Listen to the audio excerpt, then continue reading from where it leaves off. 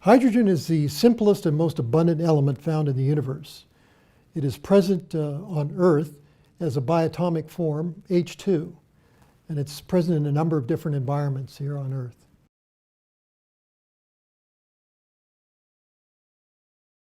Well, primarily hydrogen is present as this bimolecular molecule. It is associated with a number of different environments. So it can be found, for example, in petroleum deposits. It can be found as a free hydrogen gas. And it can be found complexed in a number of different environments. For example, hydrogen dissolved in water. So what is hydrogen? It's the most abundant element in the universe. It's also the simplest element. It contains one proton and one electron. And that's why we like to show it in a very simplified format. It's a colorless, odorless, tasteless, non-toxic gas found in nature, as I mentioned, as H2. And you find H2 naturally. It's naturally in the soil. It's naturally in small amounts in the water. It's naturally, there's a very minute amount in the air that we breathe. But you can find higher amounts, for example, in oil wells or in deposits at the bottom of the sea that have trapped hydrogen. So it is available on our Earth as H2. So we know it as H2. Turns out it's a powerful antioxidant, but not too powerful. And this was one of the principal findings that was made in Japan by Professor Ota.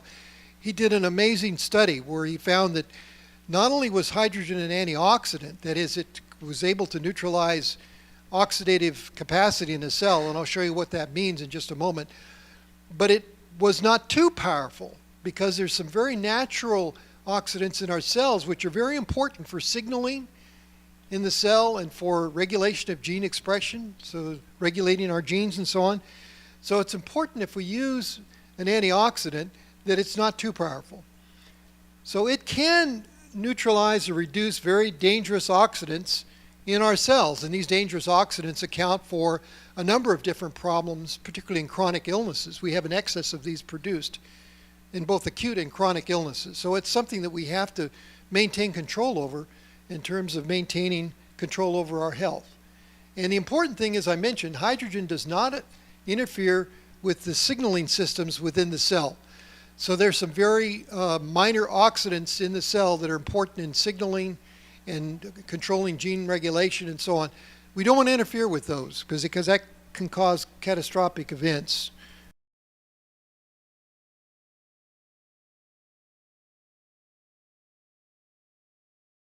Well, we can take in hydrogen in a number of different ways. We can take it in as a gas, for example.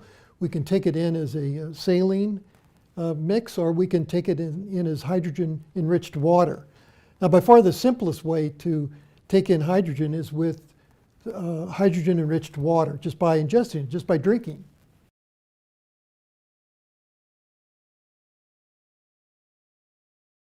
Probably the most dramatic health benefit is the fact that hydrogen is a very good antioxidant. So during problems with our health, for example, or during aging, or during other situations, acute and chronic illnesses, we overproduce oxidants in our system. And hydrogen is a very effective way of reducing the effects of those oxidants. It's also a very strong anti-inflammatory agent. And so there are a number of different ways that hydrogen can benefit us in terms of our health.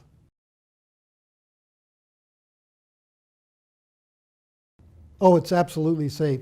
You know, one of the exciting properties of hydrogen, particularly in hydrogen-enriched water, is that it is extremely safe. You know, hydrogen has been used for a long time, many, many years, in commercial diving, for example, where divers have been exposed to long periods of time to hydrogen, much higher concentrations than we actually see in hydrogen-enriched water. So its safety record is absolutely excellent. So hydrogen is extremely safe. You know, and this is one of the things that we can all say about hydrogen, is it is very, very, very, very, very, very, very safe. And in fact, before I went to college, I worked as a professional diver. And we actually used hydrogen in our gas mixtures for deep diving. And it's been used commercially in deep diving for many, many years, ever since the 1930s. They've been experimenting with different gas mixtures to prevent decompression sickness, or the bends, in professional divers who work for long periods of time at great depth. So hydrogen has been put in the mixture with helium and oxygen, mostly not only to delete out the oxygen, but also to provide other properties as well. And so one of the more popular mixtures for deep diving is a mixture of hydrogen, helium, and oxygen, removing completely the nitrogen. So obviously it's safe because of the use of hydrogen since the 30s in a high pressure environment. So the partial pressure of hydrogen is much, much higher than it is in ambient use. And so if it had any possibility of causing harm, we would have known about it over the years from thousands and thousands of professional divers that have used hydrogen in the mixtures of gas. So its safety record is well documented in gas mixtures, and there's been no safety issues in all these years. It's extremely safe when used in water, like hydrogen water. And of course, here we have hydrogen water. And has there ever been a case of damage of anybody from hydrogen water? No. It's very, very safe. And I think that's another thing that you can brag about with hydrogen water. It is completely safe to use, completely safe to consume, and so on. Well, research into hydrogen has been ongoing for a number of years, but I think the most interesting discovery was made in Japan by Professor Ota in Tokyo, where they actually found that hydrogen was an excellent antioxidant. And from those studies on, we and other people have been investigating the role of hydrogen, not only as an antioxidant, but as an anti-inflammatory agent. Inflammation and autoimmunity. Now, one of the things that hydrogen could do is reduce inflammation. And so there are a number of diseases associated with it. I've just listed a few examples here. Inflammatory bowel diseases, inflammatory muscle diseases, arteriosclerosis, for example. The list goes on and on. But hydrogen can be useful in reducing inflammation. So as a general health property, it can reduce inflammation. And there's some other autoimmune diseases that have inflammation as an aspect of the disease, like rheumatoid arthritis, sarcoidosis, and so on, multiple sclerosis. All these are very debilitating diseases. And what we want to do is help provide healthy cells and tissues. And that's what hydrogen helps to do. In inflammation, for example, one of the things that happens in inflammation is that cells, immune cells that are in the blood, receive signals from a wound site, and they respond to those signals, and they invade out of the blood vessel, and they normally elicit a response to that wounding environment, and they produce what are known as inflammatory cytokines. And these inflammatory cytokines are just signals. They signal cells and tissues and so on to try and initiate the repair process and try and warn other cells that there's something going on here. There's infection, for example, in a wound, or other problems associated with the wound. And so one of the things that can happen is this can get out of hand, and this inflammation can cause tremendous problems. So you want to try and control the inflammation as much as possible. And so hydrogen helps in that regard. And here's the situation, rheumatoid arthritis, where inflammation of the joints is a major problem. It's not the only problem with rheumatoid arthritis. There are lots of other problems associated with rheumatoid arthritis, but at least the inflammation part of it is helped by using hydrogen.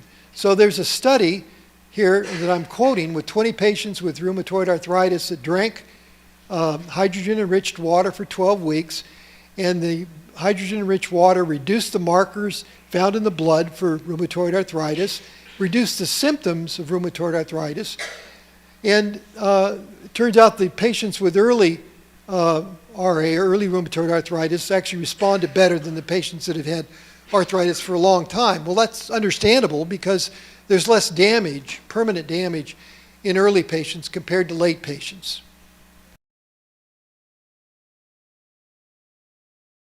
You know, hydrogen has this very natural property where it can dissolve into and move across cell membranes. And of course, cell membranes separate every cell in our body. And even the central nervous system, which is separated by the blood-brain barrier, hydrogen can penetrate that. So essentially, hydrogen can get into any compartment within our body.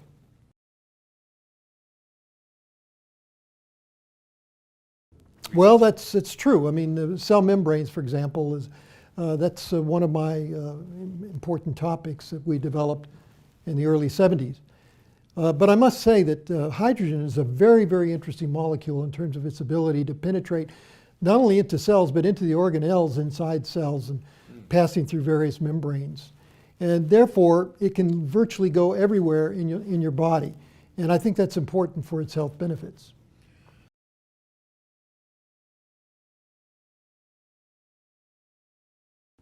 Well, it is, and it can penetrate very easily into every compartment of a cell, and that's not true for most other antioxidants. But there's another property of hydrogen which makes it unique, and that's that it's not an overly strong antioxidant. Some antioxidants are so strong that they suppress all oxidants within a cell. And I'm telling you that that is not good, because some minor oxidants are very important in terms of cell signaling and gene regulation. And so we don't want to affect those processes in our cells. And so hydrogen doesn't affect those processes. It really goes after the most bad or strongest oxidants in the cell and inhibits those. Now, how does hydrogen get inside cells? Well, hydrogen has this very unique property that other antioxidants don't have.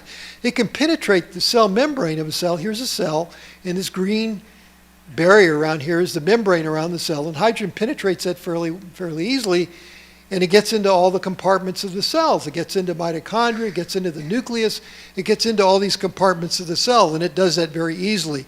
And that's a very important feature of hydrogen. So we don't have to invent fancy molecules to help get it in. It just gets in very naturally because of its structure. It will go in places where other antioxidants can't. And a good example of that is the central nervous system, which has a barrier around it called the blood-brain barrier, which prevents a lot of molecules from freely flowing in to our brains. Well, hydrogen can flow in through the blood-brain barrier very easily. So it's a very unique molecule in that respect, because there are not too many things that can do that.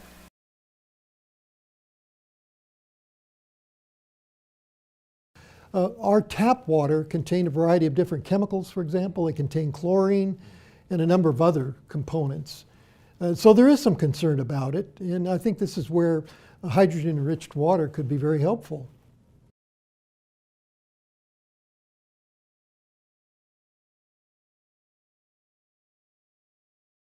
I think some of the studies that are being planned, which are studies involving hydrogen-enriched water and its role in anti-aging, and its role in exercise performance, for example, are very exciting, and I look forward to doing those studies.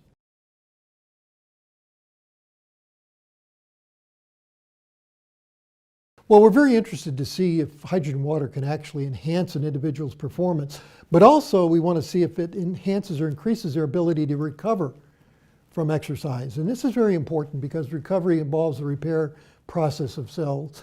And hydrogen-enriched water may actually be very useful in that repair process. And I just want to mention a little bit about hydrogen and exercise in sports medicine. And this is kind of a complicated slide that we have to replace this. It's a little too complicated. But what happens when you over-exercise, for example, and you feel tired and run down? There's an excess of the ROS molecules, reactive oxygen species. This occurs when you overdo your exercising.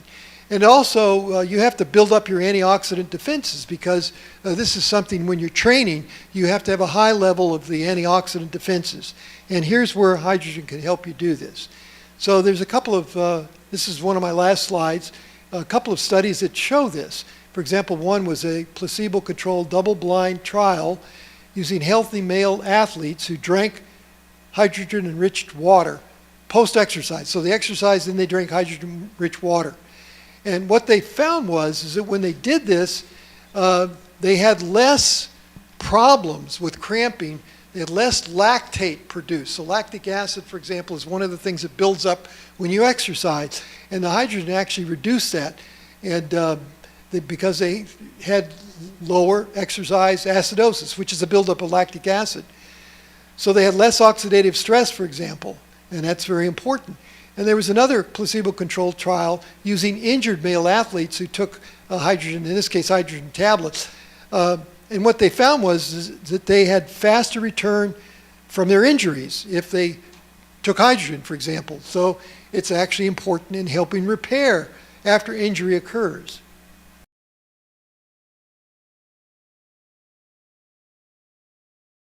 Well, I think we're going to concentrate on some of the cosmetic benefits of hydrogen-enriched water in terms of anti-wrinkle and skin quality.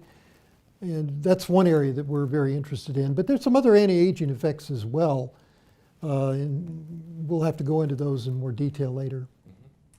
Now let's talk a little bit about skin and aging, because as we age, we all know that our skin gets damaged. And it's mainly because of the radiation that on the skin, and also the other things that can do that are chemicals that, in the water and everything that you treat your skin with, in the air, for example, from smog and other things. So your skin is your outer barrier, and it gets really treated very badly environmentally. And so we need to do something about that. And hydrogen water turns out to be very good for protecting the skin, protecting not only against the damage of ultraviolet radiation, which can damage it and cause an increase in these bad ROS again, causing all kinds of damage, or in the case of chemicals, can do the same thing. And without going into detail, this is probably a little more detail than necessary, but the important thing is that we have to maintain the antioxidant systems in the skin in order to prevent aging from occurring, particularly premature aging. So if you want to prevent aging in the skin, you need to protect the skin from these ROS molecules, and hydrogen water is one way to do that. And I have a couple of studies here on hydrogen, skin, and anti-aging. So using hydrogen in the water, bathing in hydrogen water for 90 days, for example, significantly decreased neck, skin, wrinkles, and it stimulated collagen synthesis in the skin. Well, collagen is the matrix that helps support your skin. And when collagen gets degraded and gets kind of floppy, your skin gets kind of loose and wrinkled. And you want that to be really tense and tight. And so hydrogen will help do that. And so it will reduce the wrinkles, for example. Drinking hydrogen water shows, in this particular study, a significant decrease in oxidative damage and oxidative enzymes that damage. So this is an important procedure for anti-aging. I'm just about done. So I'm not going to go through radioprotection. I just kind of mentioned that, but aged subjects, for example, that are treated.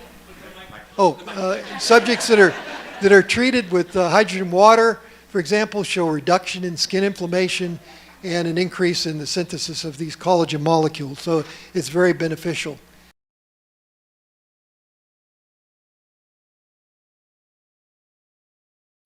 Our hydrogen-enriched water comes from Japan. They're the only manufacturers of hydrogen-enriched water that are suitable for our studies.